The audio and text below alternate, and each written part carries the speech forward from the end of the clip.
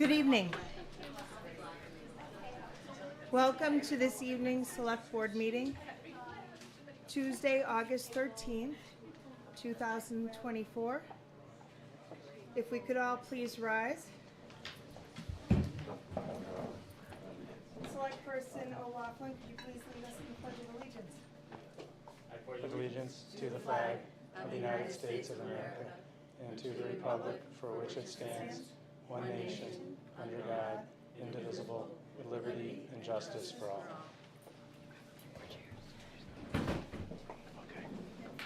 If I may begin, we will take a moment of silence. This week, the Select Board lost a dear friend, as did the town of Rockland. Ronnie Brunel was usually found in the front row of our meeting. Every meeting he could attend. He always greeted us and everyone in town with a warm, wonderful smile. He will be greatly missed, and if you could all please join me with a moment of silence for Ronnie Brunel.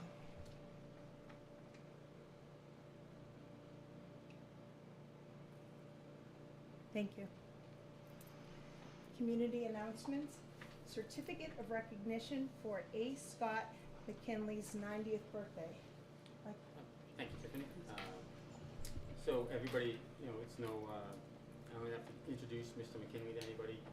Scott McKinley founded the Youth Commission in town. Scott McKinley founded Rockland Education Foundation. He's turning 90 years old this Saturday. He was principal at Rockland High School for over 50 years.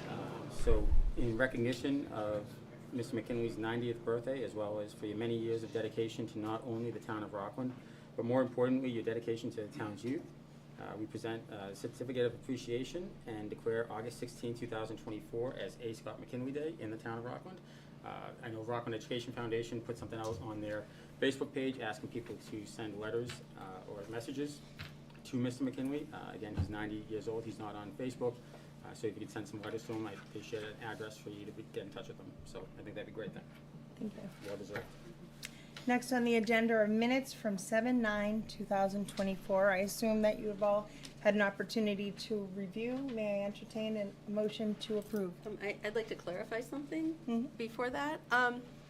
So in our last meeting, we had the big switcheroo with the chairs and the vice chair, and it may have seemed that we unceremoniously ousted Chairman O'Loughlin. Nothing could be far from the truth.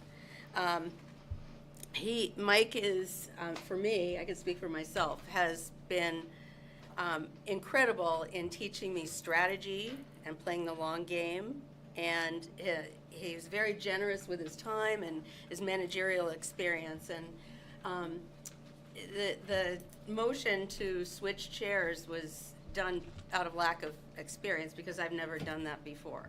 And I just wanted to thank you personally and publicly for your mentorship. So, It's not necessary, but I appreciate it. Yeah. Thank you. Thank you. that's it. All right. I'll make a motion to approve. Motion to approve. Do we have a second? Second. Okay, and show of hands? All right, unanimous. New business. We're about to open into a public hearing for the wine and malt liquor license transfer public hearing. Kanaharo Corp., DBA Quick Stop Gas and Convenience, 246 East Water Street. Motion to open the public hearing. Second. All those in favor? That's unanimous. All right. This is to serve as an official notification that the Rockland Select Board will hold a public hearing on the application for a transfer of wine and malt package store license to Kanaharo Corporation, DBA Quick Stop Gas and Convenience at 246 East Water Street, Rockland, Mass. on Tuesday, August 13th, 2024. Hello. Thank you for joining us. Could you please introduce yourselves? Sure. Good evening. My name is Attorney John Moradian, Democus Law Offices. With me is Ankita Ben Patel, and behind me is Bhavesh Kumar Patel. We're here on behalf of Conhio Corporation seeking approval, a few approvals tonight with the board.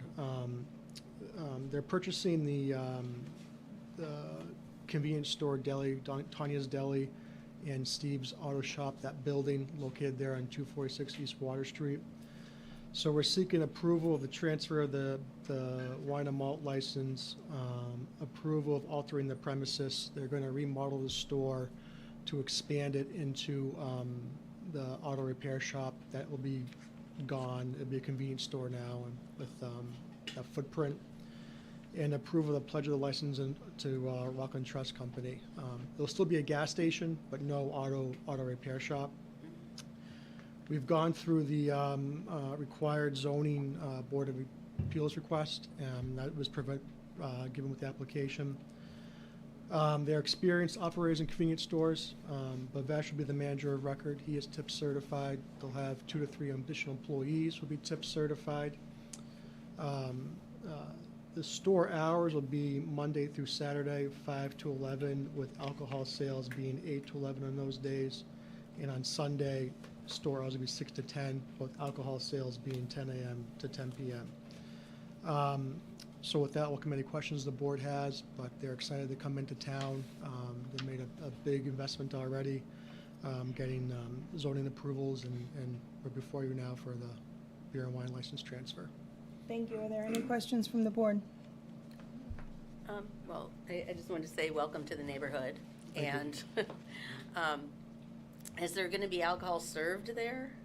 Or is it just convenience? No, this convenience, Okay. off-premise Just okay. consumption, and this won't start, Okay. presumably get approval tonight. Takes the ABCC 8 to 10 weeks to approve the transfer, and then at that Okay. point, we'll start the transition. Okay. Okay, do I have a motion to dissolve public hearing? Tiffany may want to, should see if there's public comment Oh, first. okay, I was going to do that afterwards, but do we have any public comments? Questions? Okay, motion to dissolve public hearing. Motion? Second? All those in favor? Thank you. Next, we have the one-day liquor license. You need to request. vote, Tiffany. I'll make a motion to approve the wine and malt liquor license transfer. Second? All those in favor? All right, thank you. And Congratulations. congratulations, and thank you for coming. And Good luck.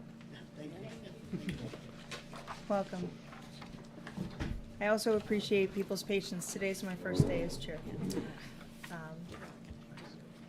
Next, we have the one-day liquor license request for 8/15/24 Stevie G's Tipsy Tie-Dye Event, Hartstuff Park, 146 Hingham Street, 6 to 9 p.m. Do we have anyone from there? So it looks like we don't. I'll fill in if I can. Yep. We do a lot of these one-day licenses. It's obviously a rec department event, which we support, and Stevie G's is a known and reliable operator. And we have the insurance certificate and the tip certificate, so we recommend approval. Make a motion to approve. Do I have a second? Second? All those in favor? Wonderful. Next, we have a common victualler license for the Santa Fe Burrito Grill, 100 Market Street. Do we have anybody here? Wonderful. Welcome. Afternoon, members of the board. Good Hello. afternoon. If you My could- name is Hector Angel, owner of Santa Fe Burrito Grill. And we're excited to come to Rockland and be part of the town. Welcome. Could you tell us a little bit about the Santa Fe Burrito Grill? It's a fast casual concept, Mexican food. It's like you order over the counter. It's mostly to go. We have another location, the closer one to here is Weymouth.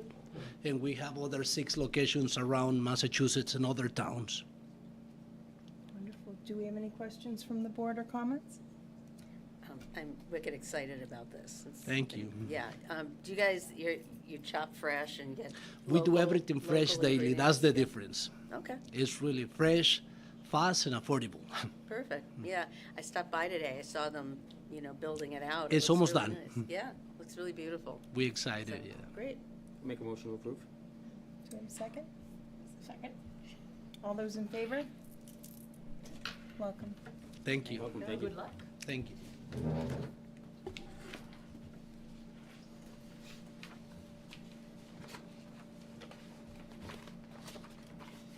All right, next is miscellaneous special town meeting and special election discussion of fall special town meeting, which could be Wednesday, 11/20/2024 at 7 p.m.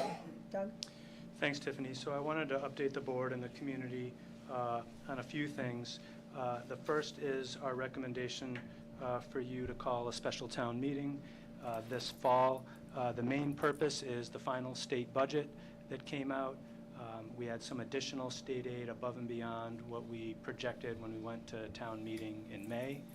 I put in your packet a spreadsheet that the town accountant prepared, and you can see the number in the bottom right-hand corner in green is the net difference. And what's important when looking at state aid is that you look at not just the revenues coming in, but also you net out the charges or the assessments that the state charges us. So while revenue might go up, some of the assessments might go up, so it's important to look at the net.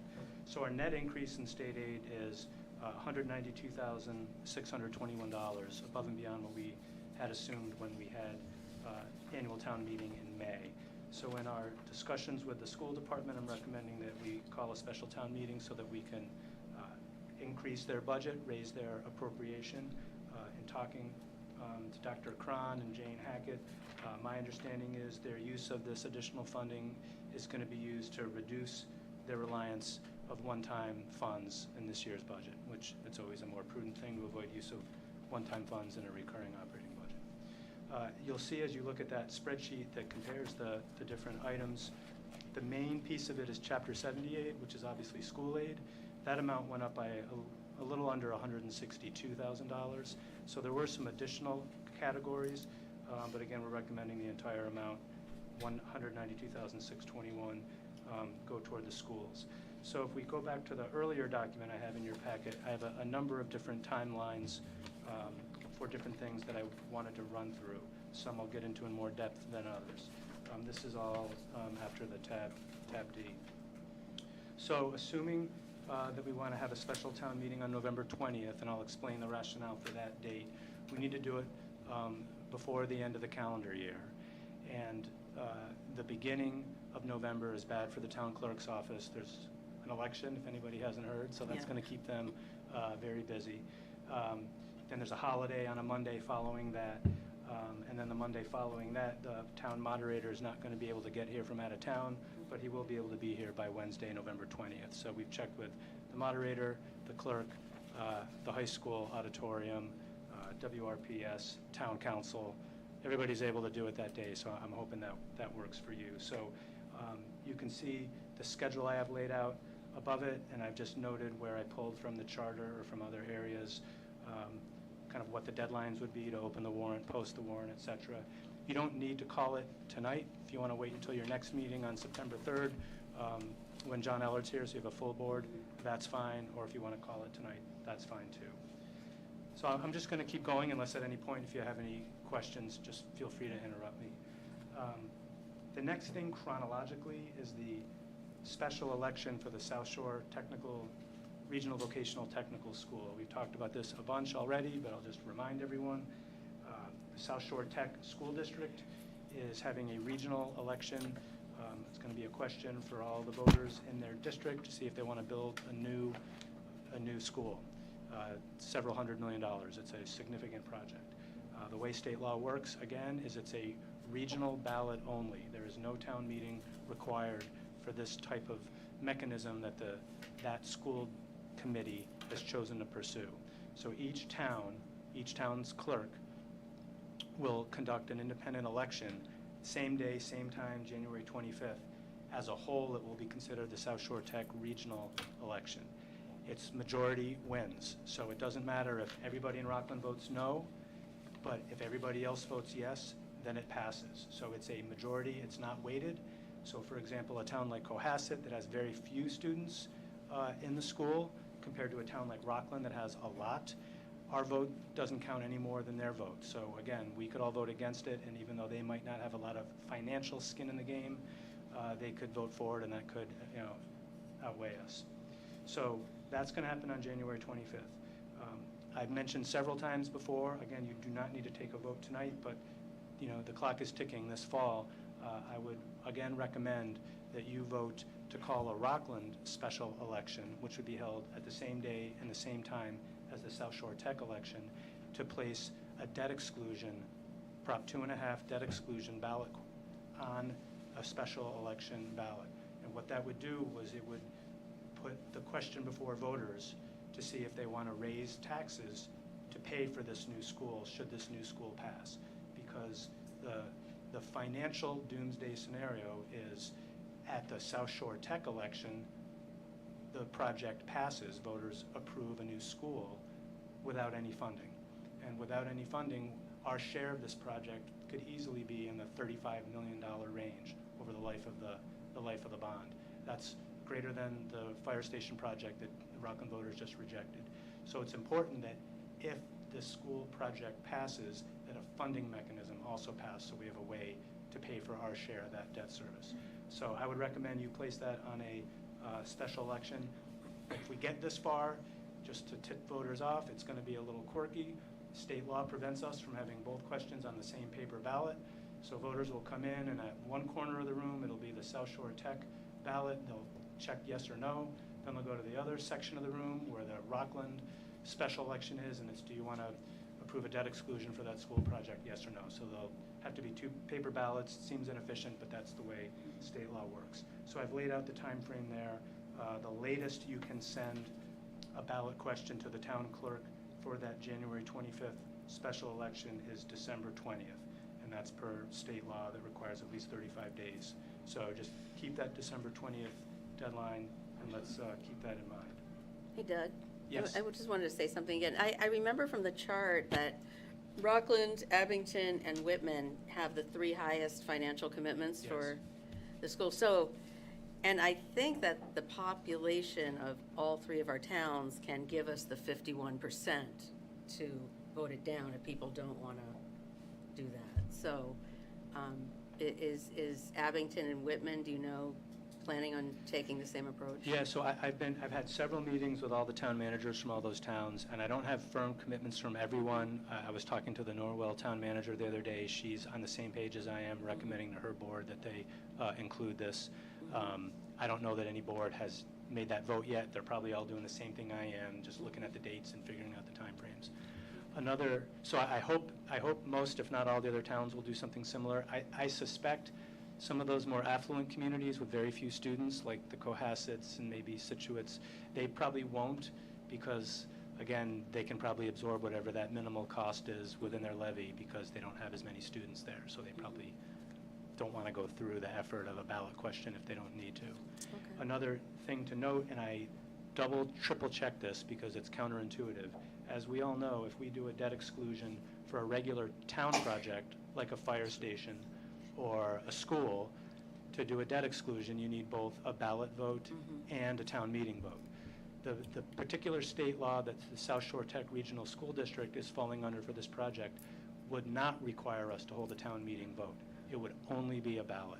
So I know it feels counterintuitive because generally debt exclusions require town meeting votes, but in this case, because it's a regional school district project, we would not need a town meeting, just the ballot.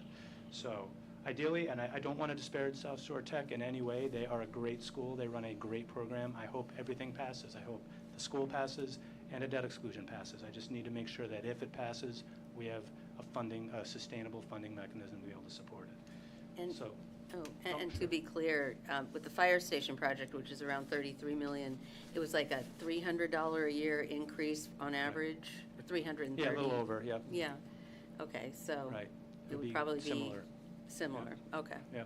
So that's, And I should highlight on there, I just remembered that probably not at the special town meeting we're talking about, most likely at the next annual town meeting, South Shore Tech is looking to have each town in the district have an article at town meeting to amend the regional agreement, because now that they're potentially looking at a large project with bonding, rather than lock in each town's share of the debt service as of a fixed point in time at the beginning and everybody's stuck with that allocation forever, because the number of students can fluctuate, and especially with a town like Marshfield coming in, Marshfield's going to have more students in the future, everybody else will have fewer. They're looking at changing the regional agreement to allocate the debt service, have like a kind of rolling average. Every few years there'll be like a new snapshot. So, and I think that would actually benefit us again, because we'll probably have a lower proportional enrollment compared to some other towns. So that would be a town meeting vote probably in May. Okay. So then we're going to talk later on the agenda when we talk about the move from recreation to VFW Drive and the implications on daycare. We're going to talk more about that later in this agenda, but I wanted to highlight that if we choose to pursue a new daycare building, and if we choose to fund it through a funding mechanism that requires a capital exclusion, which is essentially a one-year debt exclusion. There's no debt, there's no interest. You raise taxes for 1 year, fully fund whatever it is you're doing. Taxes go right back down the next year. If that option is chosen, I have that in line here.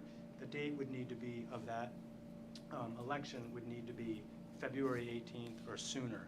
And I drew a line there from the special town meeting because my logic was, if we're going to pursue this in this time frame, we would most likely have an article at the special town meeting in November, then we'd have 90 days to be able to have that special election later. If we choose to fund this a different way that doesn't require a ballot vote, this is all moot. So I'm just kind of going through the timeline of everything here. And then the last on the next page is our next annual town meeting, which is same day as always, first Monday in May 5th, 2025. And the thing that I'd like to point out on there is we are still pursuing a fire station project. We are working on a Plan B. I'm going to give a little update on that in my town administrator report at the end of the meeting. But we are going to be recommending to you that you do place the newest updated version, and we have a couple of options, whichever one you choose at the next annual town meeting. And so those dates are shown there, as well as the date for our annual town election when the ballot would need to have the debt exclusion included. So I know that's a lot of information. Special town meeting, potentially November 20th. Sounds like you might want to vote that at your next meeting. South Shore Tech Regional District election, January 25th. And then maybe a special election for a daycare building, maybe not. And then an annual town meeting next May, an annual election, where if you decide, we can put a fire station project. So that's all I had for this agenda. All right, next we have CDBG loan subordination requests, case 14-197 and 18-263E. Thanks, Tiffany. So I don't think there's anybody here from CDBG, and we never have anyone here from the actual applicants. We always redact their information as a matter of privacy. These are people in financial need. So these are two loan subordination requests. And again, this is a common thing that happens when someone has already received a CDBG grant or loan, and then they look to do either a refinance of their home mortgage or a home equity loan. They need to take out money to either do further improvements or do other things in their life. In order to have our loan subordinated, we need to have the select board vote to approve it. So in your packet is a very detailed memo from Wayne Dara, the program director from our community development office, for both of these requests. And I would recommend that you approve both of them, and I'd recommend you list each case number if you do choose to take that vote. Great, so I'll entertain each one individually, but I'll entertain a motion to approve CBG loan subordination request case 14-197. Motion. Do I have a second? Second. All those in favor? Great, and additionally, I'll take and entertain a motion for CDBG loan subordination request, case 18-263E. Motion. Do I have a second? Second. All those in favor? That's unanimous. Next, we have the update and revote board signature authority designation for expenditures. Thanks, Tiffany. So as the board knows, we implemented this a few years back when we were having some issues getting a quorum of the board to be able to sign off on the weekly warrants due to illness, travel schedules, work schedules, things like that. So we have a form where, based on a board vote, you can designate a primary person and an alternate that, in the absence of a quorum, is authorized to sign on behalf of the board for the warrant. The full board is always able to sign every single warrant. This is just in case we're having difficulty getting a quorum. The way we had done it last year, it was the chair and the vice chair. Given that we now have a new chair and a new vice chair, I thought you might want to update it accordingly and also based on availability. So it would be, if you choose to do it this way, it would be Tiffany as primary and Lori as the alternate. Okay, do we have any discussion amongst the board members? All right, do I have a motion to approve? I'll make a motion to make Tiffany the primary and Lori the alternate. Do I have a second? All those in favor? That's unanimous. Next is the National Grid Electric Vehicle Charging Station update. Select person Ellard was not able to join us this evening and did ask that we postpone it to our next meeting, 9/3. So we're tabling it for this meeting, and we will address that on 9/3. Next is other new business not reasonably anticipated. I have none. Okay, great. Old business, we have 406 VFW Drive lease for Recreation Department Community Center update, options for financing the relocation of daycare to other site. Thanks, Tiffany. So as a very, very brief update on where we're at right now, as the board knows, for the community's benefit, we issued an RFP, a request for proposals. The board awarded it to the entity that owns 406 VFW Drive. The RFP was for a site that the town could lease to relocate our recreation department out of the McKinley building. We do not have the final lease document agreed to yet. Our attorneys are still going back and forth on some of the terms. That's part of what we're going to discuss in executive session tonight, a few of the last minute changes that have come up that we need to discuss. So hopefully that lease agreement can be finalized soon, within a matter of days. If there's anything substantive that needs to be brought back to you, we'll obviously do that at your next meeting, but it's possible after tonight we could have everything wrapped up and be able to sign it shortly. So related to that is the topic of daycare, and I typed up a few notes because I wanted to make sure I gave enough of a background for the community to understand where we are at this point in time. So again, I was just alluding to the board's decision to relocate the recreation department and the community center out of the McKinley building to 406 VFW Drive. You took that, we publicly announced that at your July 9th meeting last month. As I think everybody knows, the genesis of this is that the McKinley school building is suffering from decades of lack of investment, and it's just simply not a sustainable space to run public programs in the future without a significant infusion of new funds, which we've thus far been unable to secure. There's a very high cost to renovate McKinley. We've done a detailed architectural study. It's in the roughly $20 to $30 million range now, escalating up to today's dollars. We then went and hired a different architect to look at a different concept, a feasibility study to build a brand new recreation community center at Hartsuff Park. And that option also included options for a special wing that would be for a daycare program. That proposal, that feasibility study came in the $30 to $40 million range. So this board decided that as an alternative to those two options, which are very expensive, that we look at an alternative to rent space, which is what we have done. While we did, again, have sufficient space in our design of a new building at Hartsuff Park, the space that we're moving into, it's a leased space. We're not building this from scratch. So unfortunately, there just simply is not enough room in the space that we're going to rent to be able to accommodate daycare. I've already talked a bit about the status of the current lease. We don't have a start date yet for the recreation department to relocate. We have to finish the lease, execute it, then the landlord needs to do a build out so that it's built out for our use. That could easily take up to 6 months from the time that we execute the lease until we're able to move in. We previously highlighted that the school department has very publicly stated their commitment to continue the daycare program even after we leave the McKinley building, providing that they have a suitable location for that program. And we've committed to the school department that they can stay at the McKinley building for this upcoming school year, the 24-25 school year, to ensure that there's no disruption in the daycare program for the upcoming year. So we've also had a lot of discussions with the school department about different options, where could they relocate the daycare program. And the current sort of best option they have that they'd like to continue pursuing and evaluating is the installation of a modular structure, a trailer building that would be located at the Eston School grounds. Their current estimate for all in for the design, site work, purchase, and installation of a modular building that would be suitable for daycare is in the roughly $1.5 to $2 million range. So next I want to highlight some of the options that I've discussed with the school department, and that I think I want to just throw out there for you to consider. These are essentially every option that I can think of.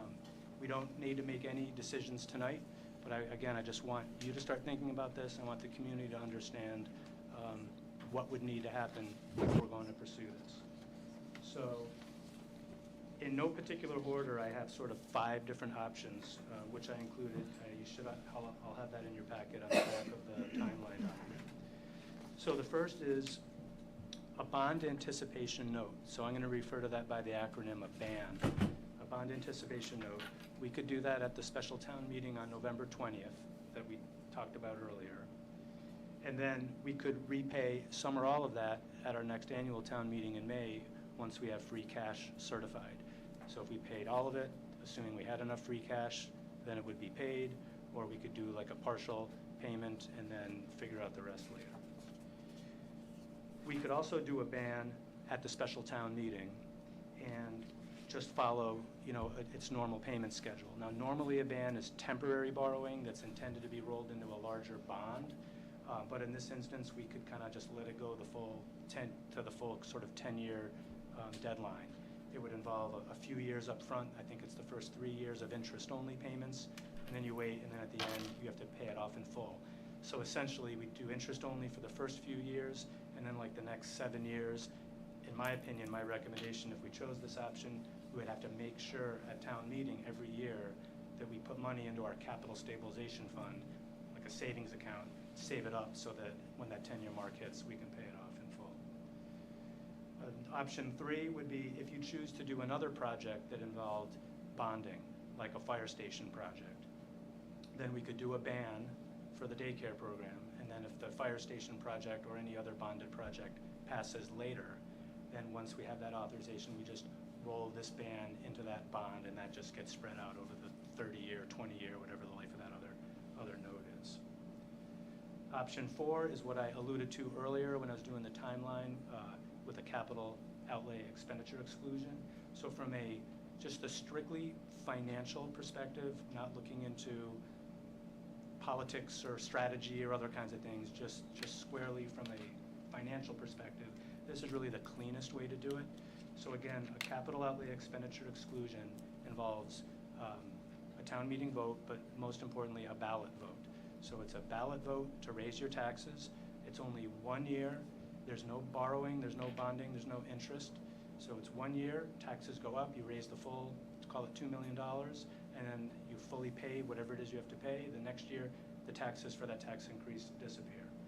So you could do that, and if that failed, you could do nothing and just say, well, voters said no, we're not doing it. Or if it failed, then you could go back to one of those 3 options up above and do a ban at the next annual town meeting. And then the last option I could think of is temporarily funding this at a special town meeting from our stabilization fund, and then at the annual town meeting, start repaying it with free cash. I really would not recommend doing this. There's probably, I think we have around 1.6, 1.7 million in stabilization, so we'd be essentially draining it completely with the hope that we're able to get enough certified free cash and repay it. I think this would really hurt our bond rating and would be a very risky move. But it's a legal option you can pursue. So these are all the options that I can think of to fund a roughly $1.5 to $2 million project for a new daycare building. And again, I just wanted to get the conversation started. I'm sure the school committee will be talking about this at upcoming meetings. Again, we have been having small meetings with Dr. Cron, and so we are on the same page as far as looking at every option available. With that, I'm happy to answer any questions you might have at this point. Does the board have any questions at this moment? If I'm correct, it's a benefit to the community because it's a reduced cost for daycare. Is that right? Yes. Okay. And do you know how many residents take advantage of the program? The number 55 is sticking out in my head. 80 total families. Right, but Okay. but your question was how many Rockland residents? Yeah. Was that your question? Yep. Yeah. I feel like the number 55 out of the 85 may be Okay. the Rockland residents, if I'm Okay. remembering. Does that sound right, Tiffany? Yeah. Okay. Yeah. So that's what I was wondering. Okay, thank you for the update. Sure. Oh, excuse me. Yes, Andrea? I'd just like to speak for a second. It's reduced costs, but I have 2 children and part-time. 3 days Actually, a week. Andrea, for the Yeah. benefit of everybody, could you please introduce yourself?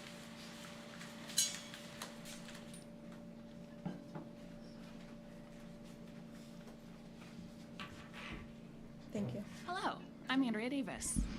I have 2 kids in Rockland Daycare. I have spent $45,000 over the last 30 months for 2 children to be in 3 days a week. So that's not full-time. I don't work for the town. I live here.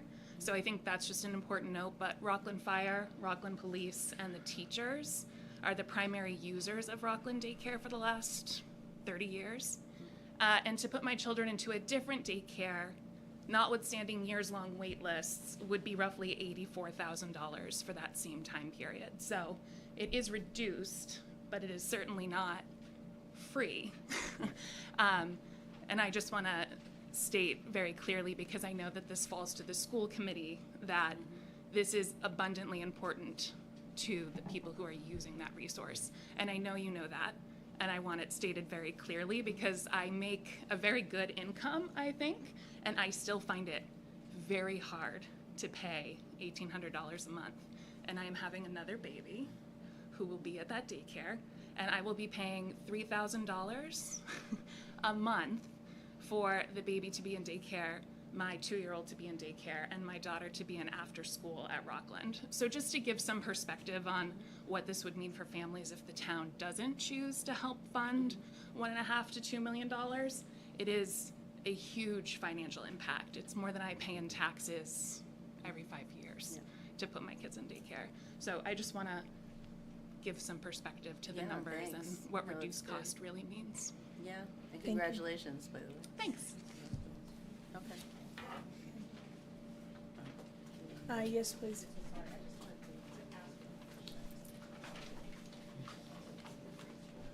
Could you please introduce yourself?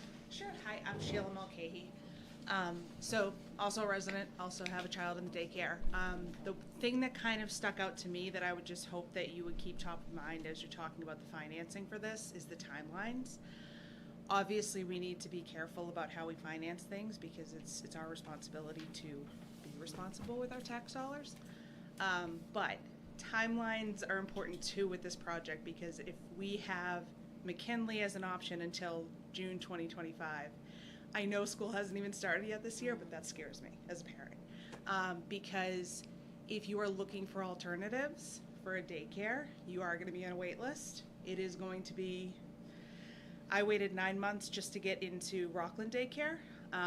So 9 months plus, probably somewhere closer to a year, that you're talking about parents trying to find alternates. There are wait lists at every daycare. And if we're talking about potentially going to, you said February for a potential vote as one of the options, and then how can we get together actually building things? It just seems like a really compressed timeline to me. And the daycare is the childcare that folks use throughout the summer too. It's not like school where throughout the summer you find a camp. There aren't really camps for kids that are that little. And most families now, I think that if you have 2 parents, then you have 2 working parents. And we work during the summer too. So I would just try and keep those timelines as a factor involved in your decisions. Yep, Thank you. Thanks for your feedback. Oh, we have another one. If you could please come up.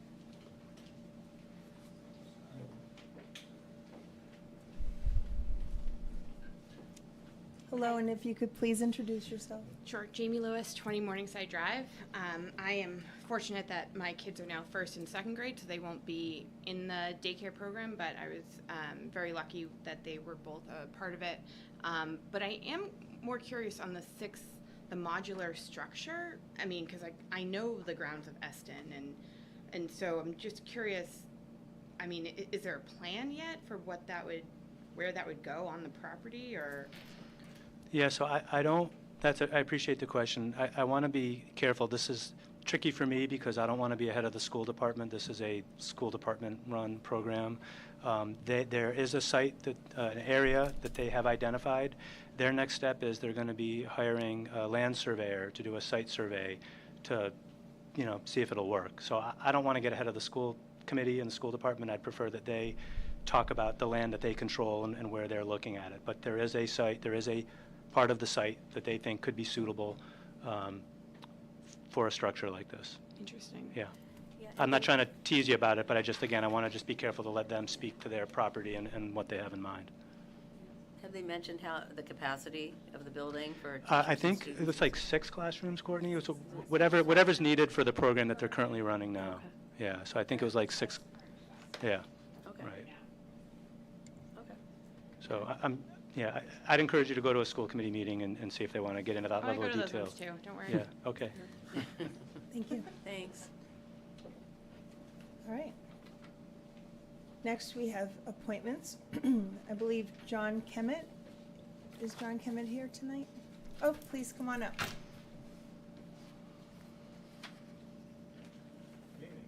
Hi, John. Now, it's my understanding that you've started as an electrical inspector, and so tonight, as a matter of our protocol, we will officially appoint you from the select board, but could you please tell us a little bit about yourself? Well, my name's John Kemet, and I live in Hanson, and I've been an electrician in the construction trades for 45 years. Isn't that right? Great. Well, I would like to issue you a warm welcome. May I have a motion for John Kemet, electrical inspector, or do we have any questions or comments from the board? Motion. Do you have a second? Second. All those in favor? Here we go. Thank you and welcome, John. Thank you. Do the windows then. All right. The next, I Thanks, don't Courtney. believe a few of the next following are here. They are reappointments, so I will read them and then we can vote accordingly. Alternate electrical inspector Nicholas Erner. May I have a Motion. motion? Second? All those in favor? Plumbing and gas inspector William Callahan. Motion. Do I have a second? All those in favor? Plumbing and gas alternate inspector Ed Geswell. Motion to approve. Do I have a second? All those in favor? That's unanimous. Old Colony Elder Service Board of Directors Victoria Dable. Dybel, excuse me. Motion to approve. Do I have a second? I sustain, she's my sister. Okay, Lori sustaining, and all those in favor? There we go. The next, we have the Open Space Committee. Doug's going to introduce this, but at the same time, we have three individuals that are up for reappointment. And we have one individual who is also applying to become a member. Doug will give us a little background on this particular vote. And then I would like to also address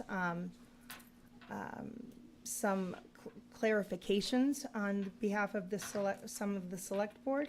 And then we will call each member up individually for our vote. So Doug, if you could please begin. Thanks, Tiffany. So I know there's been a lot of discussion about this, so I thought I'd give a little bit of background and kind of how we got here today.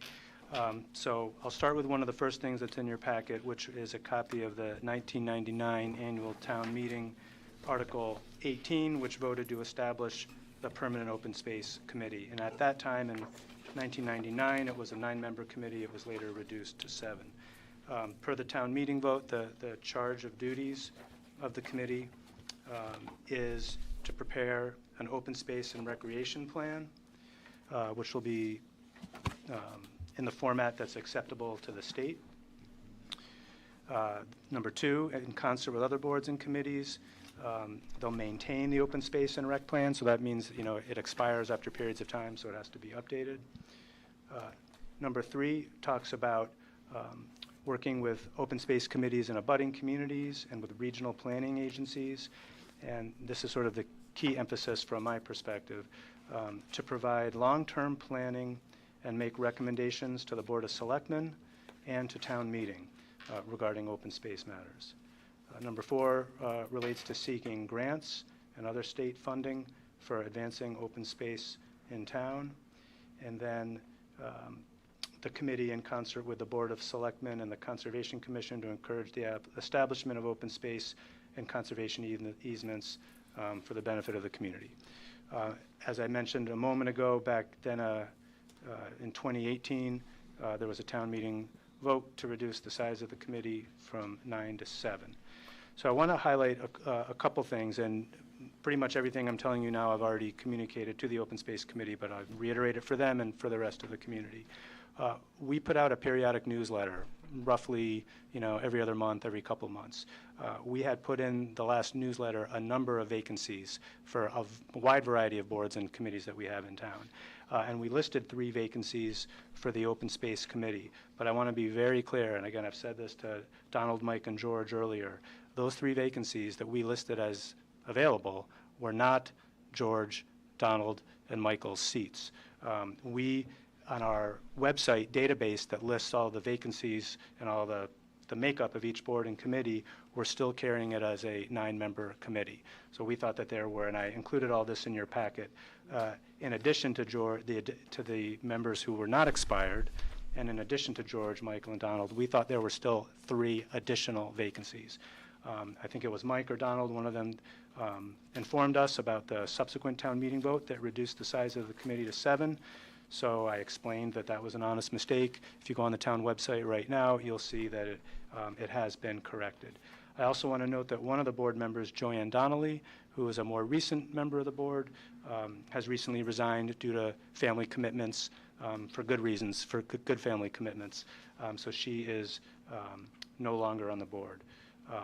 So I just wanted to be very clear, because I know that question came up a couple of times. We were not advertising for Donald, Mike, and George specifically. We were advertising for what we thought were 3 additional vacancies. I hope that's clear. The next question that's come up, I've had quite a bit of back and forth, is on the town charter requirement that the select board make annual appointments within 30 days of our annual town election. And that is what we generally do. That's, our election's the 2nd Saturday in April, and we generally have our annual appointments at the beginning of May. I want to highlight that, and obviously that's not what happened in this particular case. And I did reach out to Donald, Mike, and George back in May, because we were discussing their reappointment. And I explained to them that some of the individual board members had some concerns that they wanted to think about and most likely talk about at a future meeting, and that their reappointment was not going to be discussed along with everyone else's in May. It was going to happen sometime later. So that was communicated back to those gentlemen at that time. So I want to highlight that while the charter does talk about within 30 days, this is an advisory board. Again, their main objectives, as we talked about from looking at the town meeting vote, is the open space and rec plan, making recommendations to town meeting, and making recommendations to the select board. If this was a board that was a regulatory board, for example, the Zoning Board of Appeals or the Conservation Commission, that could have really dire consequences to have vacancies that potentially could put a board in a position where they didn't have a quorum, because then there could be applications filed without a quorum that could act. Public hearings couldn't be held, abutters couldn't be notified, and the worst case scenario is things get what they call constructively approved if action is absent. So in regulatory boards, that's a completely different matter. That is not the case here. This is a purely advisory board. So in my opinion, that is certainly your discretion if you need to take a little bit of time, especially after a reorganization, to think a little bit more carefully about certain appointments. There was also a question about a provision in the charter that talks about if someone is not reappointed to a committee, that they may continue serving in that role until someone new is appointed to their place. I did put in your packet legal opinion I got from town council, because I wanted to know what the official legal opinion was on this. The key word there is may. So it's not an automatic thing that is just automatically occurs. If someone is not reappointed, they're no longer on the committee. They could be allowed to stay on the committee if they ask the select board, and if it's on an agenda and you talk about it and vote it at a meeting, you may decide to allow that, but it's not something that just gets automatically triggered.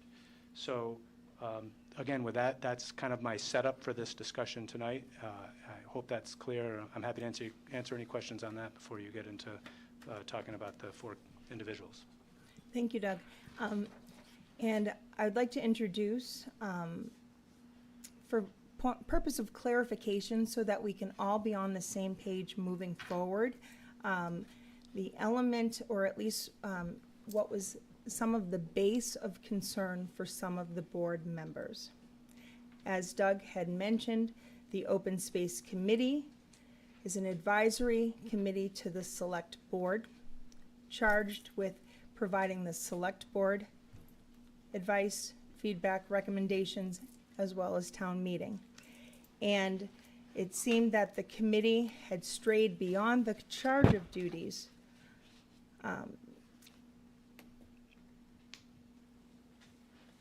after town meeting in regarding Union Point project, which basically has countered the select board's policies objectives. Tonight, it would be my recommendation that if we move forward, that we come back into realignment in terms of what the 1999 Open Space Committee was created, so that upon either being reappointed or joining as a new member, each person would have the opportunity to agree to the fact that the Open Space Committee is an advisory committee. It would providing advice to the select board as well as town meeting, and would not speak directly to the developers, and would not speak directly to state regulatory committees. And with that, that's the concern that I wanted to share and the clarification that I wanted to share tonight. I'm going to call up the 3 members that are looking for reappointment, as well as the new member individually. Each one of the select board members will be able to ask each one a question, and in fact, if any have any opinions right now, you're more than welcome to do so now, but we will also speak to each one individually and vote on each one individually. Do we have any comments? Yeah, I just want to clarify something. I don't have anything personal against Mr. Anderson, Mr. Can, or Mr. Bromberg. I worked very closely with you gentlemen leading up to town meeting last year. I have a ton of respect for you guys. In all honesty, 100%, anytime we have any kind of reappointment, it's typically somebody applies for a position. We reappoint them when we can get them onto the schedule. I knew that I had a couple issues in May. We're coming off a town meeting, and then June, it seemed like pretty packed month with us for Rockland's 150th, and then we had the zip trip at the end of the month, so there was a lot of different stuff, and I knew that there were some opinions on the board where people wanted to discuss it, and I wanted to give everybody an opportunity to have an honest discussion with you guys and kind of have a clearing of the air, just if there was any bad blood between anybody on the board. And then I was going to put it on the July meeting, but Rory was on vacation, and I didn't think it was appropriate having that meeting, those questions asked over Zoom. So I said, all right, well, Tiffany's first meeting, what's a better opportunity than Tiffany's first meeting to talk to you guys? So with that, I mean, you guys know I've worked very close with you guys over the years, and I have nothing but respect for you. So it wasn't a personal thing. It wasn't a vendetta or anything like that. And, like I said to Doug the other day, I'd probably vote for you guys. I plan to reappoint you guys all tonight. I think we just need to have some conversation. Great. With that said, George Anderson, could you please come on up? Sure.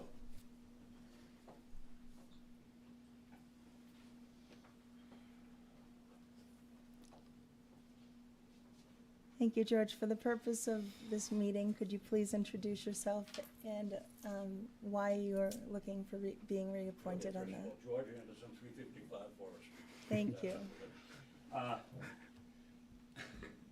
I'm not sure why I'm still doing this after 42 years of service to this town, but I still like the town. And I said I've done many jobs in this town.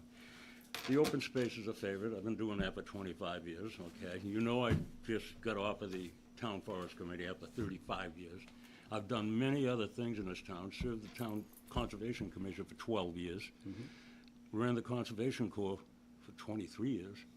I said, no, it's what it is what it is. What I look at on the Open Space Committee, down and dirty, you look for opportunities to do something. It's not going out trying to take open space for whatever it is.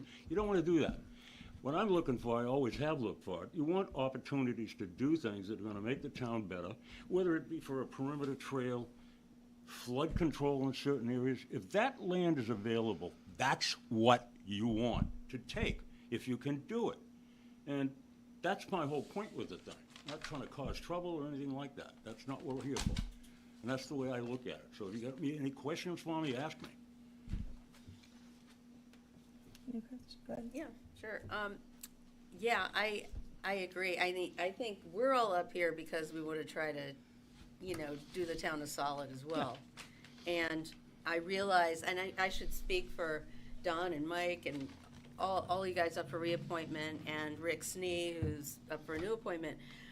I realize your passion and about the town, about environmental causes. You too, Mary, by the way.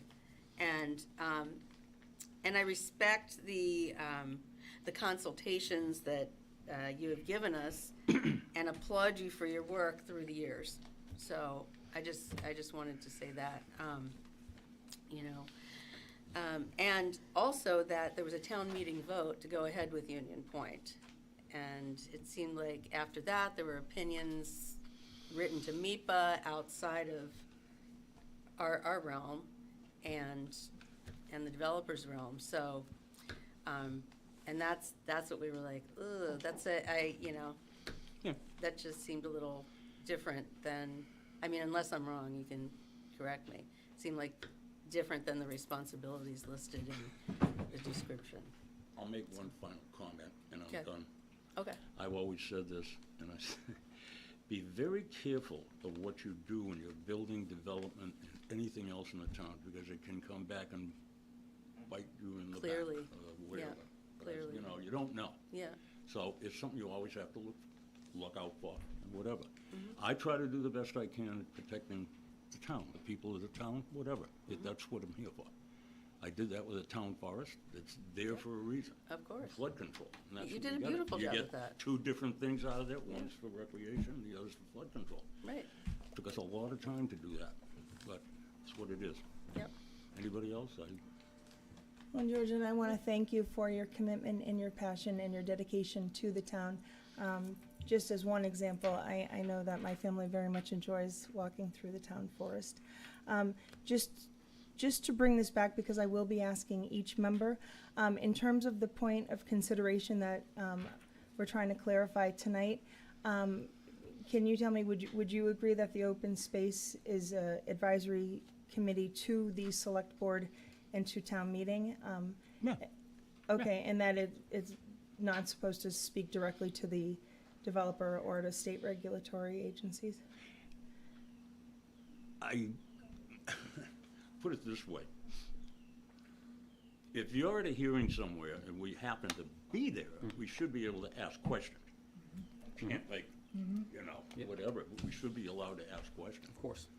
Other than that, no, I don't care. I'm fine with that. Okay. With that, may I have a motion to? Yeah, motion to reappoint Mr. Anderson. Second. Okay. All those in favor? Yeah. Thank you very much. All right, next I have Open Space Committee, Donald Can.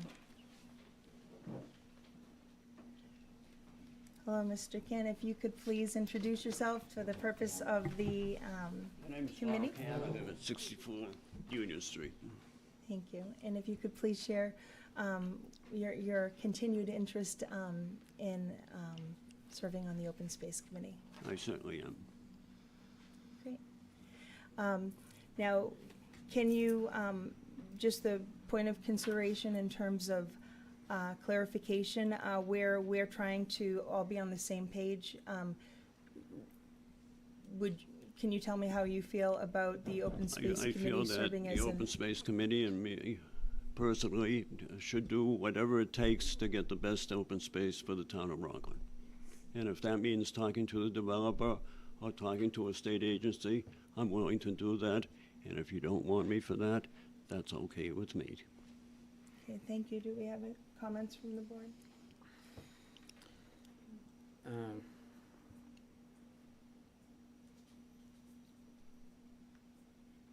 No.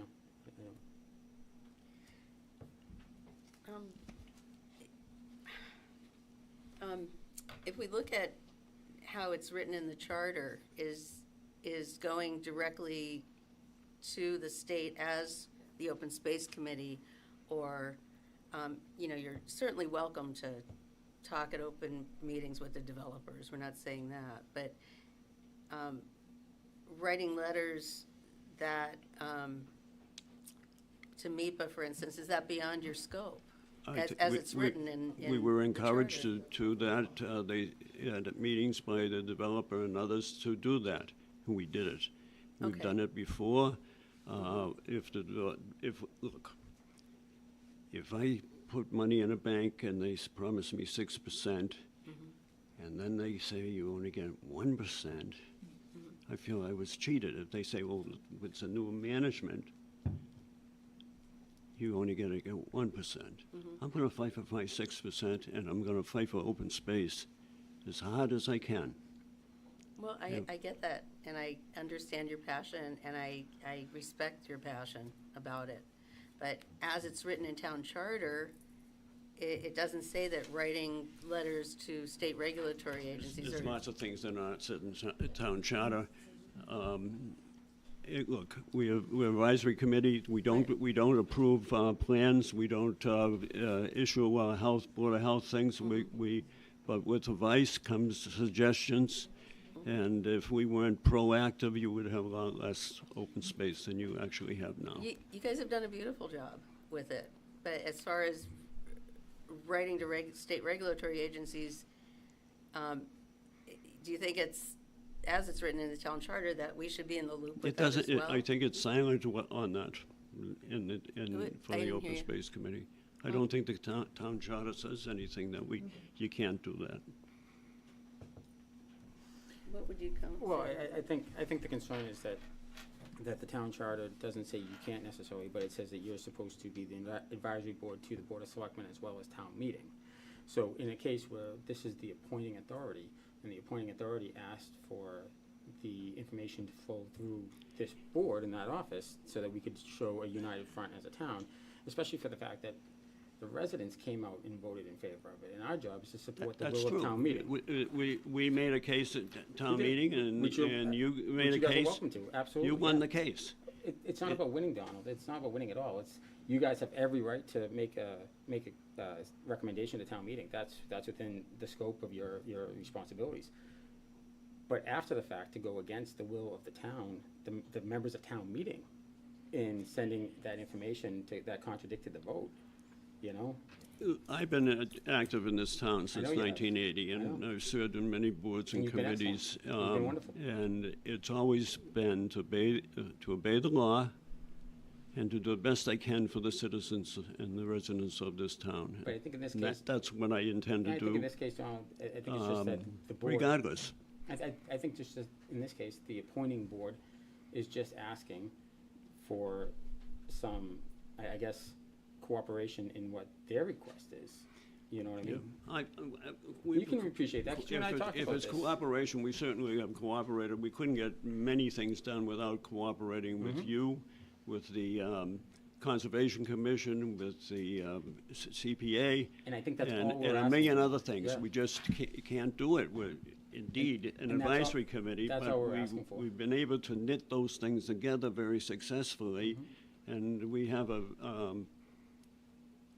wonderful record in open space. And you guys definitely do. And I think that's all that's being asked for up here is, as the appointing board, just respect the wishes But Let me just say one thing. work with us. I just don't want to be a puppet. You absolutely never will be. Absolutely not. And I've told you that. I've gone to your meetings and I said, you guys operate, individually as a board. You guys have autonomy as a board to give recommendations to the Board of Selectmen and to give recommendations at town meeting. The ask, when it became to the MEPA filing portion of it, was that you bring it and work with us, work with the office to make sure that we filed all together as a town. We did that. We have had a very technical report. It took us 3 meetings to get it done. We got it done by the last day. We sent it to Doug, and Doug by that time said, so send it in as well. Your report to me was just an endorsement. Ours was a very technical report. We don't do that in one meeting.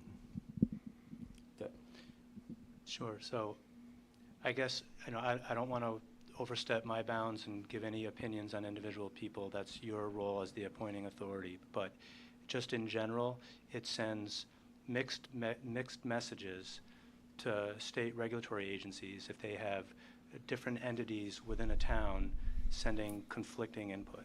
So I don't want to get back too much into who said this and what happened there, but what Donald was referring to was we did ask that the comments be sent to us before, so that we could coordinate and send it all in together. I know Mr. Bromberg's concern was that nothing be changed or amended at all. It had to stand, as it was. I agree to that, although I had a lot of concerns with that, again, because the charge of the committee is not to comment on behalf of the town to state regulatory agencies. It's to provide advice to the select board, advice to town meeting, which they've done. What happened was, it was literally the last minute. I still didn't have anything, so at that point, I reached out to them and said, it's too late for us to review anything and figure out what any kind of supplemental submission will be, so just do what you're going to do. And then right after that, I got a copy of their submission. So I would just go back to your prior comments, which, again, my concern generally is just that their role should be what the town meeting vote said their role is, which is advice to town meeting, advice to the select board. Then I think comments to MEPA or any other regulatory agency, if you wanted, you could ask for comment from all kinds of boards and committees. You could ask the Open Space Committee, you could ask the Conservation Commission, you could ask for public input, and then you could synthesize all that and send in your comment. But when something gets sent in on quasi-official town letterhead from an independent entity, it carries a lot of weight and it sends mixed messages to regulators. That's my concern. To which my question would be, if you feel compelled to address the state agencies yourself with your opinions, which, and by no way am I negating your contribution to this town. It is with utmost respect that I speak to you tonight, for all, in deference with all you've done with the town. But if you're not, if you would prefer to communicate directly with the state regulatory agencies as an individual, then any individual has that right to do so. So that's kind of the question tonight. The committee serves as an advisory committee right now that we, welcome and value the feedback of the Open Space Committee, but that's the way the information has to be directed. And so I guess that's the question, what behooves you in terms of serving on the committee as the advisory committee so that you could advise us and advise town meeting, or individually if you feel that compelled to write state regulatory or whatnot, you could do that as well. I have a question. Please. Kathy Kirby, 162 Liberty Street. During the course of our consideration, and it was long and technical, thanks to the expert work, mostly by Mike Bromberg, our meetings are open to everyone, including the liaison to the Open Space Committee from the Select Board. So for anyone to say that they didn't have access to what our thinking was, what our process was, is just not correct. So in order to coordinate, it would be a good idea for the liaison to actually attend meetings and see what we're doing. Also, with respect to meeting with the developer, when we had our public meeting, which I'm sure you probably all attended, there were several questions that came up about things. For example, how many acres were in the MUDD? And Mr. Tuig could not tell us or answer certain other questions. And the developer suggested meeting with the Open Space Committee for a workshop, which we did on September 15th, 2023. And we started negotiations of some very important elements. I myself was especially concerned about the work that New England Development had been doing in the Pine Hills. And I'm sure you're all aware, because I sent you the information, so you know about it, as to the building envelope failures there, which cost those people in excess of $30 million with no recompense from New England Development. And so one of the things we talked about was an enhanced inspections schedule. And they were agreeable to that. And then we were shut down completely. These are important things that need to be done. And I sent the information to Mr. Lapp, to Mr. Rockland, and they said, oh, we're gonna have a meeting on September 20th with you. And when that date came around, no, we have to postpone. No, we have to reschedule. And then it was, no, we have to cancel this meeting. This is not the policy that we want to pursue. And so there are a lot of things that could have been done negotiating with this developer that you didn't do. Thank you for your feedback. Are there any other comments from Mr. Khan? Okay. So I have a motion to entertain for reappointment of Mr. Khan. I'll make a motion to reappoint. Do I have a second? Second. Okay, all those in favor? Thank you. Thank you. Look forward to working with All right, if I may appoint, excuse me, not appoint, if I may please call up Mike Bromberg.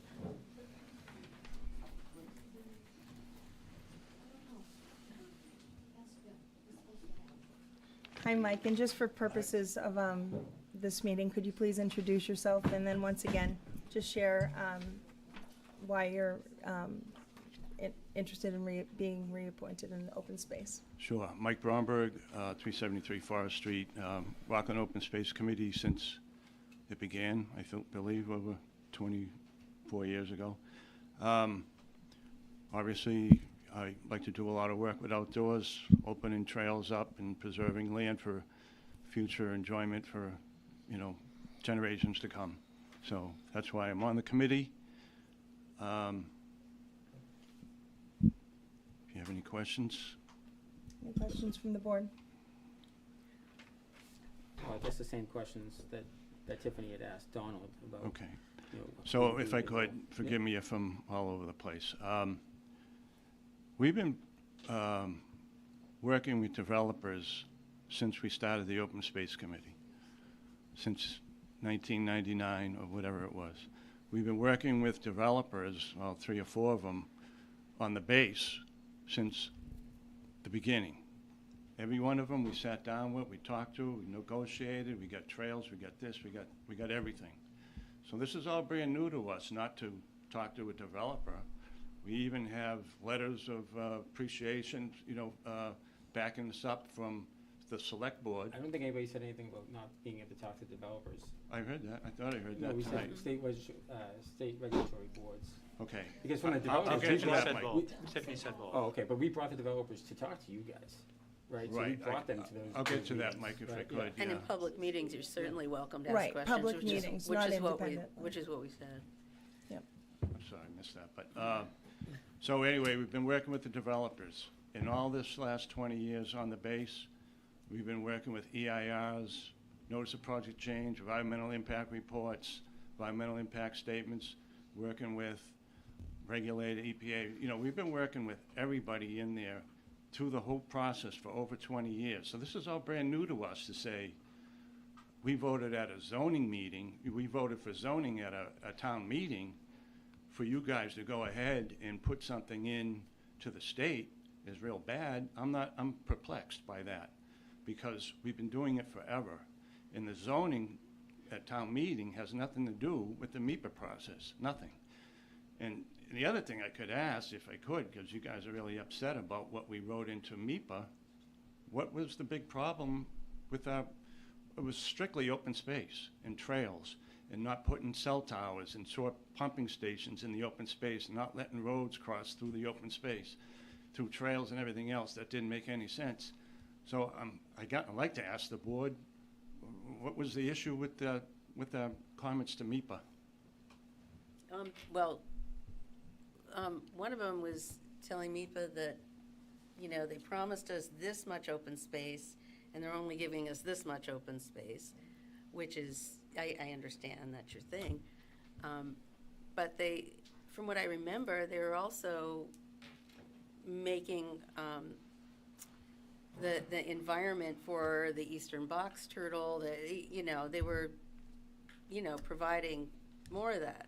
And another thing that we're up against, if you would hear me out, Yep. is the state regulations and their housing, you know, the big housing thing with the state, where you know, the town can really get screwed if we don't have a certain amount of housing by a certain, Doug, can you back me up on this? I think what I think you're trying to talk about is just that there's a need. We have to, the Open Space Committee's mission is recommendations to the select board and town meetings strictly for open space, and you're very driven with that very narrow focus, and that's great. The select board has a much broader set of issues they have to look at. How there is a housing crisis in this state, that is a fact. And housing, I know some people are shaking their head, but it's true, and that's why housing is so expensive. It's a supply and demand issue.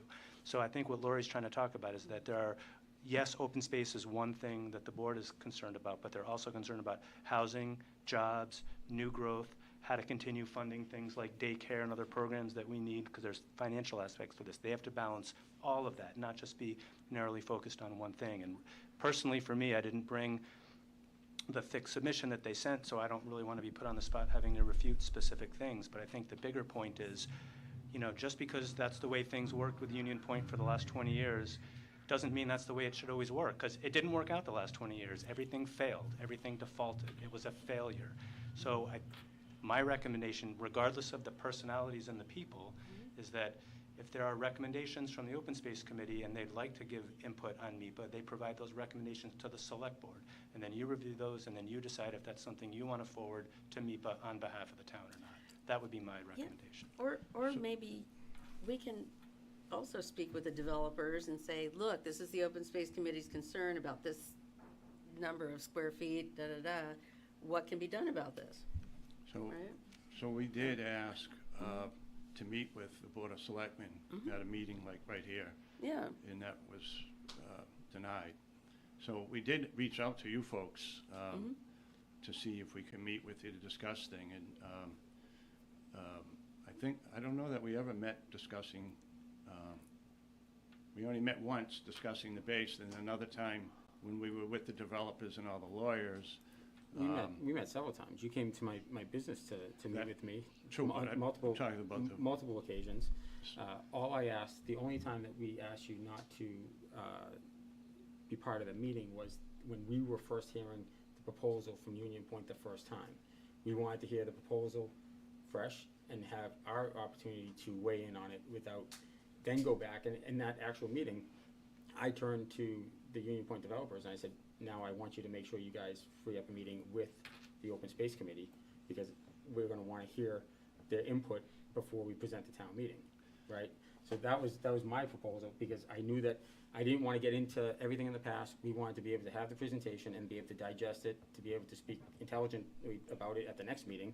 And then I did say to the developers, and they did, they met with you guys, and you and I actually, we met here as well, you and Donald, we met here with the maps. Okay. Then we met up You're here right, Mike. another Yep. night. Yep. With the developers. Mary, you were there.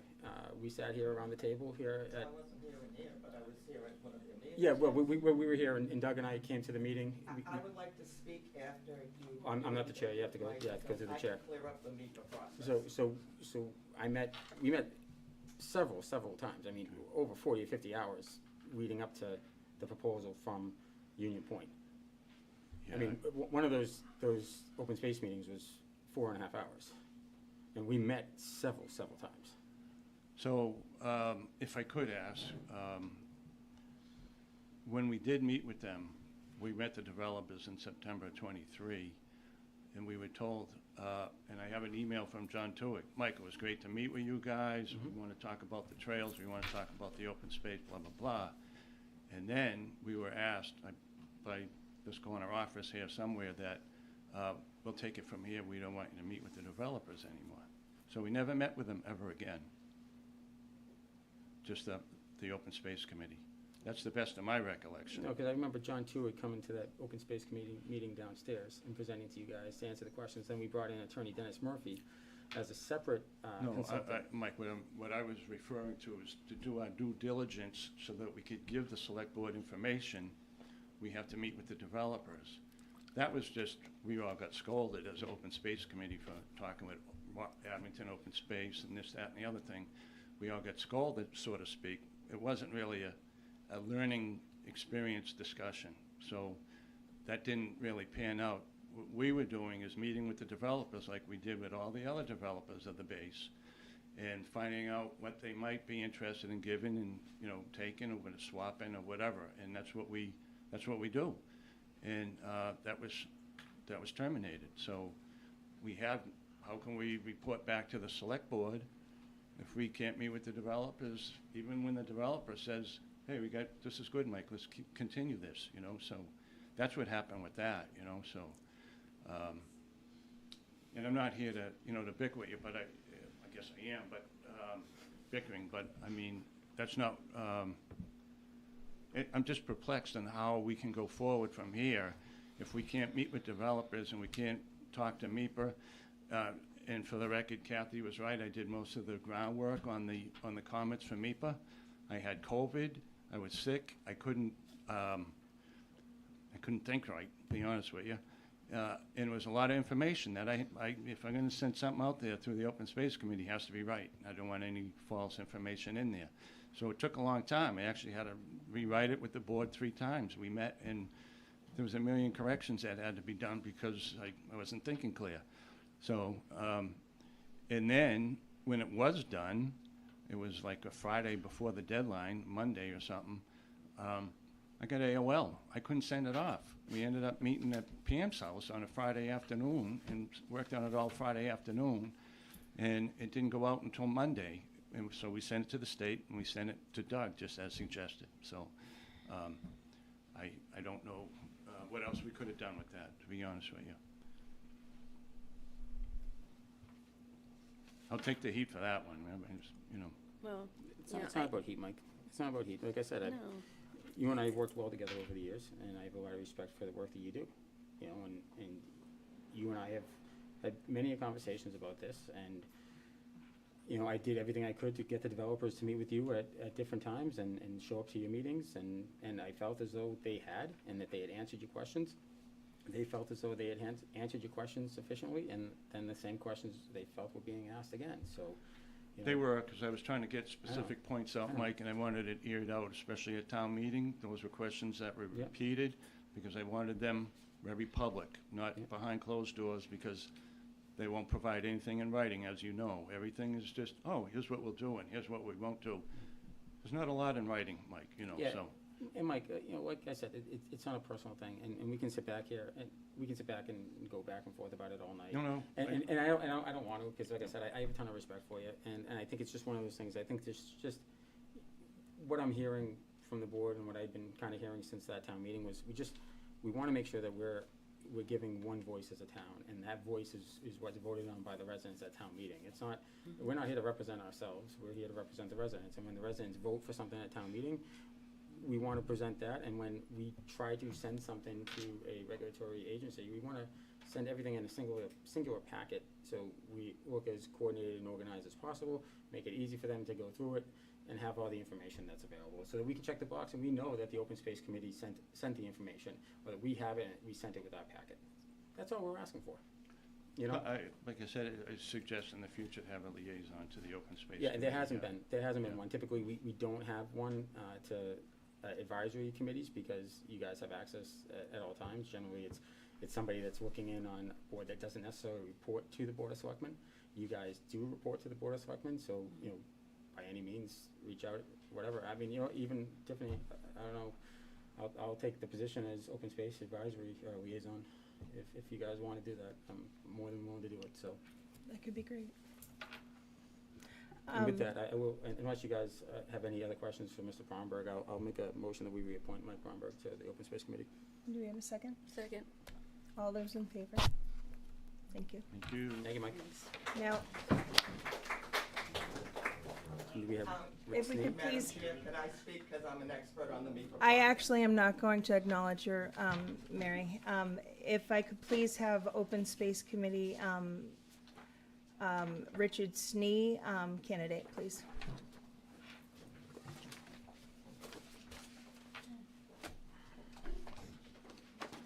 Richard, if you could please introduce yourself. Hi, I'm Richard Snee. I live at 74 John Smith Lane. Thank you, and could you please share your interest with the Open Space Committee? Are you still interested? Yeah. Rather. Totally regret filling that out. Actually, it's part of why I'm here. I feel like there's a lot of opportunity to start over. I think that I'm just now really hearing both sides of this, and so I think that there's a lot of opportunity here to try to address both sides' concerns. That being said, I'm the newest person here by like 5 minutes, so I have no idea what I could do to help with that. Well, you're willing to try, so that's a big thing. Yeah. But I'm passionate about the outdoors. It is both a personal concern to me and a religious one as a Unitarian Universalist. I grew up outdoors. I was a Boy Scout for Cub Scouts through 18 when they kicked me out for just aging out, nothing untoward.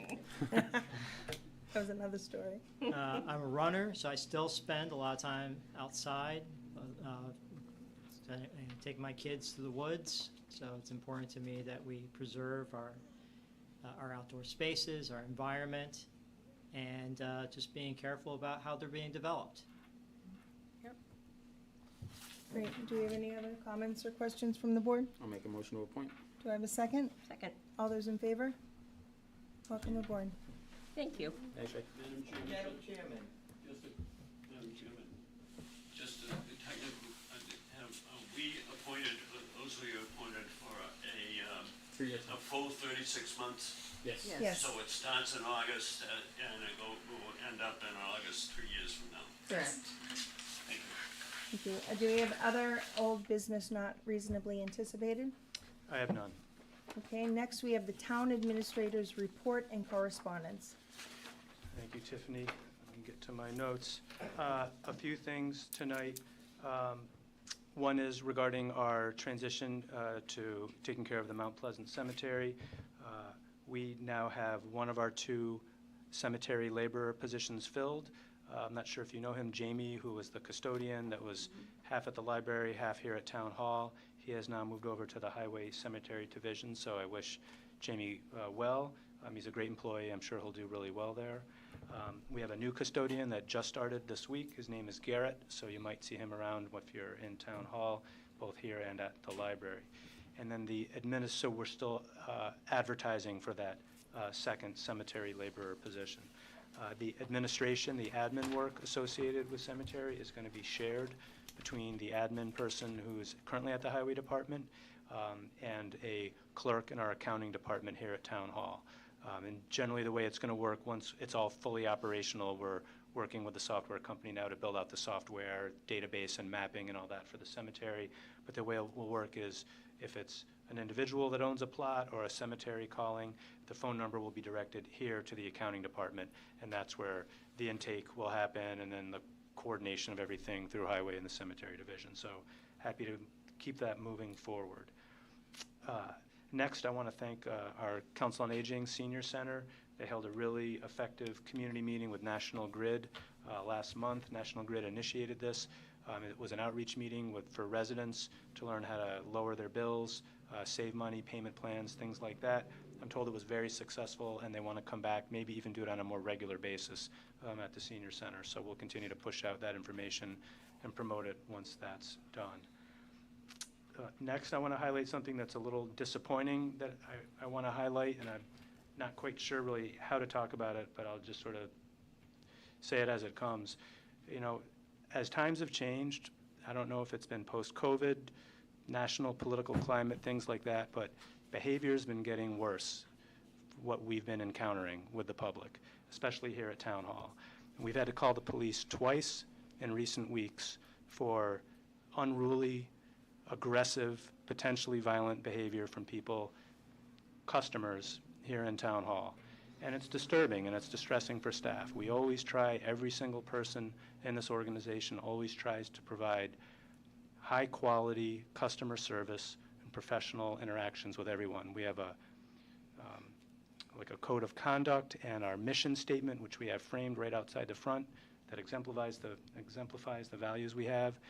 I hope we don't get to the point where, you know, when I was in a doctor's office recently, I don't know if you've seen this in the places you've been to, but the different hospitals and doctor's offices I've been to recently have these giant posters talking about the expectations of patients and behavior, and if the patients can't handle it, they might call security because healthcare workers are getting harassed now. So it's really a problem, and it's not just these two individuals that came in and necessitated us calling the police. Here's just another random example, and this kind of stuff happens all the time here. So the state mails out these vote by mail cards. You probably all received them if you're a registered voter. So this one was returned back. I won't read it, but you can see it for yourself. F you, vote in person. And that was taking the time to be sent back to our town clerk's office. You know, no one wants to read this type of stuff and deal with that. So it's distressing. I just want to implore residents, you know, to please, just please be respectful, and we'll always be, you know, respectful back to you. And I hope that we don't need to take different measures because our building is open, you know, which we should be because we're here for the public. So I won't beat that to death anymore, but I just wanted the board to be aware and the public to be aware that we hold ourselves to high standards, and we hope others can show us equal respect.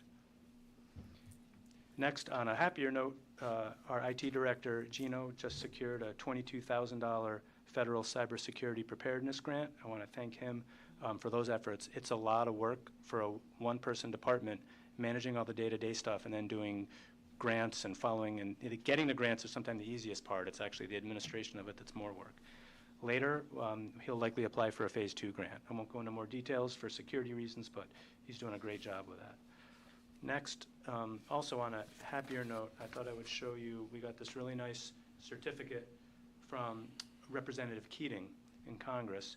I won't read the whole thing, but it was from the House of Representatives, a recognition of the town of Rockland's 150th anniversary. And there's a really nice historical narrative about it. So we'll keep this out so the public can see it. But I appreciated Representative Keating's time to do that for us. Next, I will quickly hand out, this is just a preview of the more detailed presentation. Thanks, Courtney. There's 4, and then there's 1 for you. This is just a little preview of what you're going to see at the public meeting, your next public meeting, which is September 3rd, regarding the fire station building project. This is just a summary of the cost estimates that just came in for the different options we're looking at.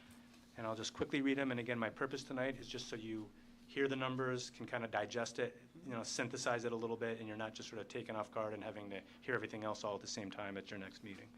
The first column represents the initial project we proposed last year for a new building at the Lincoln School site. That project that was presented to voters was $33.2 million. Now, if you go to the next column over, we've had the cost estimator escalate that to today's costs based on construction inflation, et cetera. So that $33.2 million project that voters rejected now costs just shy of $36 million. So it's already increased quite a bit. That's now $36 million. The main Plan B that we've been working on for the past year for an alternative is a new station at the Lincoln School site, but a significantly smaller station. We tried to cut out literally everything we could, but also design it in a way that years later down the road, if we want to do expansions, it could be added onto. So that smaller building, all in, will cost $26 million. And again, the construction portion of that is just shy of 21, and then there's all the additional engineering, designing, testing, contingency, et cetera, $26 million. The next option gets to just looking at the current Union Street station, renovating it to make it safer, but then having an addition off the back of the building. And in order to have an addition off the back, we have different zoning bylaws and, zoning board of appeals related conditions that would have to be met for things like parking. So if we did an addition off the back, we would have to expand and acquire the parcel directly behind it, 10 to 15 Pacific Street, where there's a couple of multifamily housing apartments there.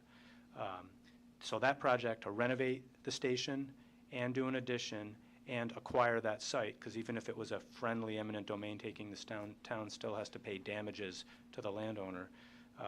That project comes in at essentially $20 million. Then the last option all the way to the right is the lowest cost option, a purely just update the current station just to make it safer. So the no addition, just to bring it more up to code and have it be safer. That's a $14 million project. I'll give you the headline now. I'm not going to recommend those last two options, the current station renovations, because the site is just too small. The building is just too small, even with the addition. So especially comparing 20 million to 26 million, to be stuck in a building that's still too small compared to being in a new site where we can expand and then get our current station sold, redeveloped, back on the tax rolls. That'll be my recommendation to you. So again, just a heads up, at your next meeting, assuming Tiffany includes this on the agenda, we'll have the architects come in with a very detailed, thorough presentation on all of it. And then two quick ones. This next one, I think we can all relate. Maybe it's not just me, but I'm kind of warm. It's hot in here. Our HVAC system is original to this building. All these wall units are all failing at the same time. I've had an engineer come in and do a feasibility study on what a new HVAC system would look like. Their recommendation is not to replace those wall units. I forget the technical term. I think it's called a VAV system, where there would be like a rooftop unit and there would be like air registers. So there'd be ductwork above the drop ceiling, and there'd be registers in the ceiling that would do heating and cooling. So I have that. Looks like Mr. Ellert has joined. John, we're just finishing up town administrator. Actually, I don't know if you can unmute it. John, can you hear me?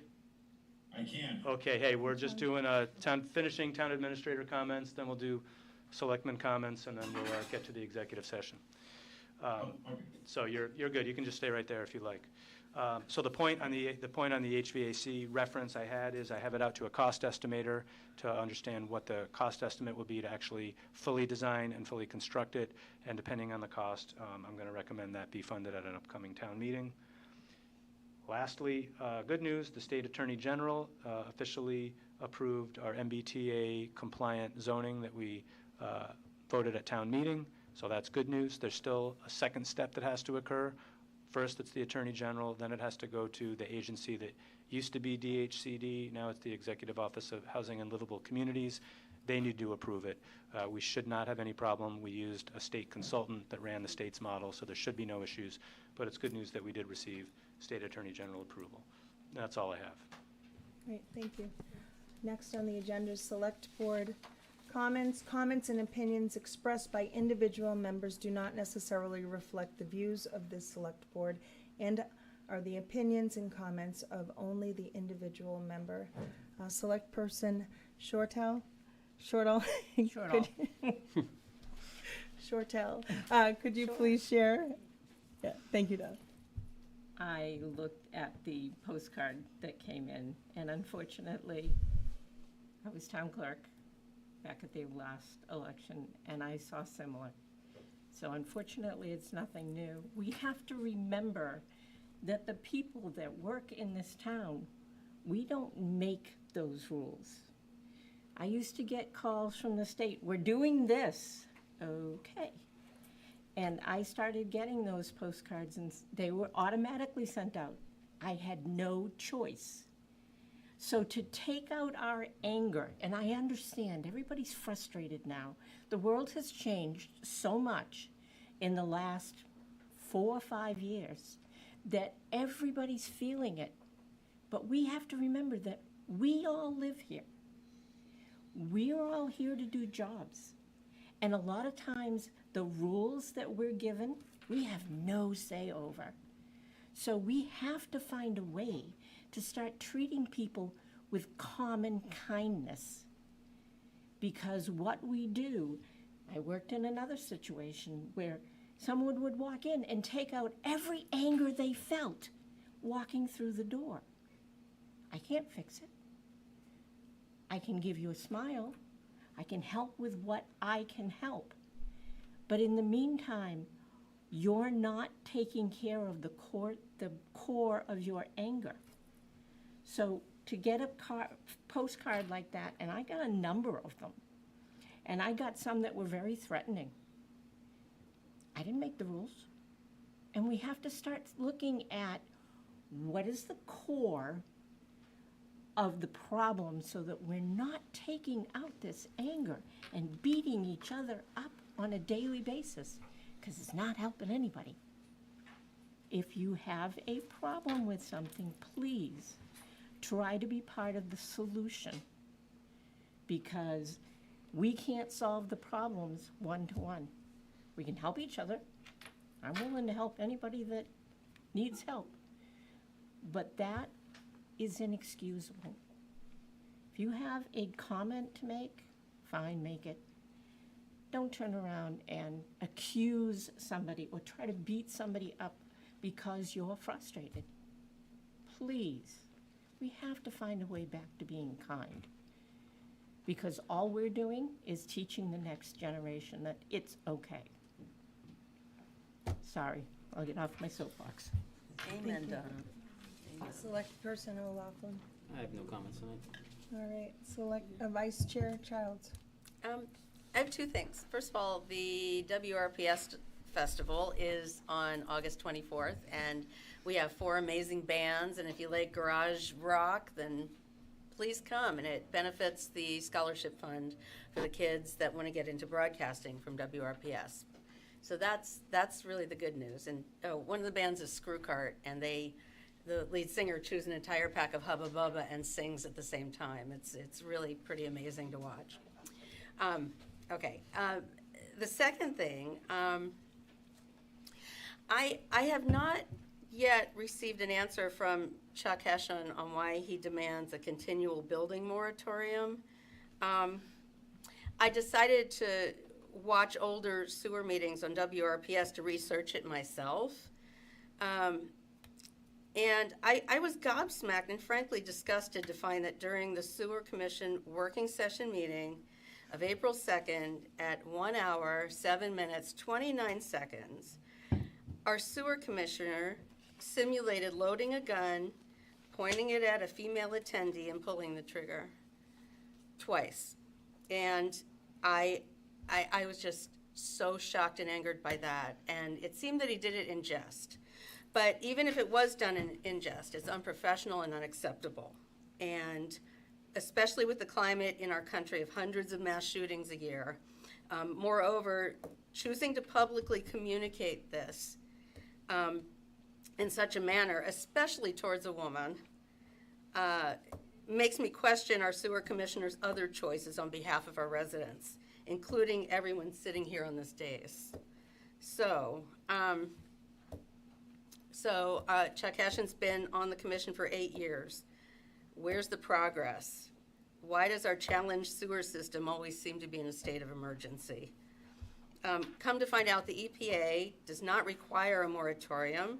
They do require we have a plan and stick to it. So my question is, why does the Sewer Commission's plan include a several-year moratorium that doesn't move us forward?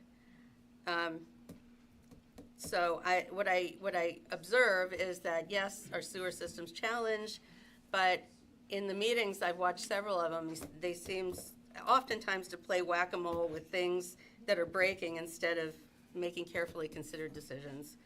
So, where's the progress in freeing up I&I by charging incoming businesses remediation fees and remediating I&I? I'd love to know how much I&I has been remediated in the past 8 years. So Rockland can say have an outdoor seated cafe that would benefit all the residents in the town. So, and oftentimes our businesses have to put in expensive and cumbersome septic systems rather than hook into the sewer. And I also observe that we continually and handsomely pay engineers to design things or offer their opinions through various kinds of studies. The plant upgrades went from $50 million a few years ago to $80 million to $100 million within a few years. What's going on here? I mean, do we need the Cadillac of systems to serve a town of 17,800 people? With this said, at the very least, Mr. Hession, I'd like you to publicly apologize to the residents of Rockland for your vile behavior, and at the very least. So, and that's all I have to say. I'm going to get off my soapbox about that. Okay, and John's with us, but does he? John, do you have any closing comments you'd like to make tonight? No, since I wasn't here, I don't really think it's appropriate to throw anything out, so, but thank you. Thanks, John. All right, and I just wanted to, at the beginning of the meeting, Lori acknowledged Mike's 5 years, and of course I want to as well. Mike, you served the town well. It's time, dedication, commitment, tireless, and it takes courage to lead, and I want to thank you for that. Appreciate it. And with that, I'm looking forward to working with everyone. I also want to welcome all of the appointments, and I also want to thank Mike for agreeing to serve on the Open Space Committee. Open space, my goal will hopefully be more open communication. You know, that maybe that's all we need. But at the same time, I respect all of what you've done for us in the past, and look forward to what's going to happen in the future. With that, can I have a motion to adjourn? Motion to adjourn. We're going to do executive session. Tiffany, Oh, remember, pardon we're me? going to executive session. Oh, yes, we're going into executive session, actually. John Ward, 2297. Tiffany, you should Okay, recognize. actually, John, I'm not gonna recognize, we're going into executive I session. appreciate that. Don't recognize me. Ms. Childs, you have no business addressing the sewer Tiffany, you can commissioners feel free to. without them being All right. present. If you want to be a sewer commissioner, Motion to resign from the adjourn. Board of Selectmen, I have motion to and adjourn run for into sewer Into executive session. Yes, Not to reconvene. not to reconvene. Do I have a second? Second. All those in favor? Thank you. Unanimous. Good night, everybody.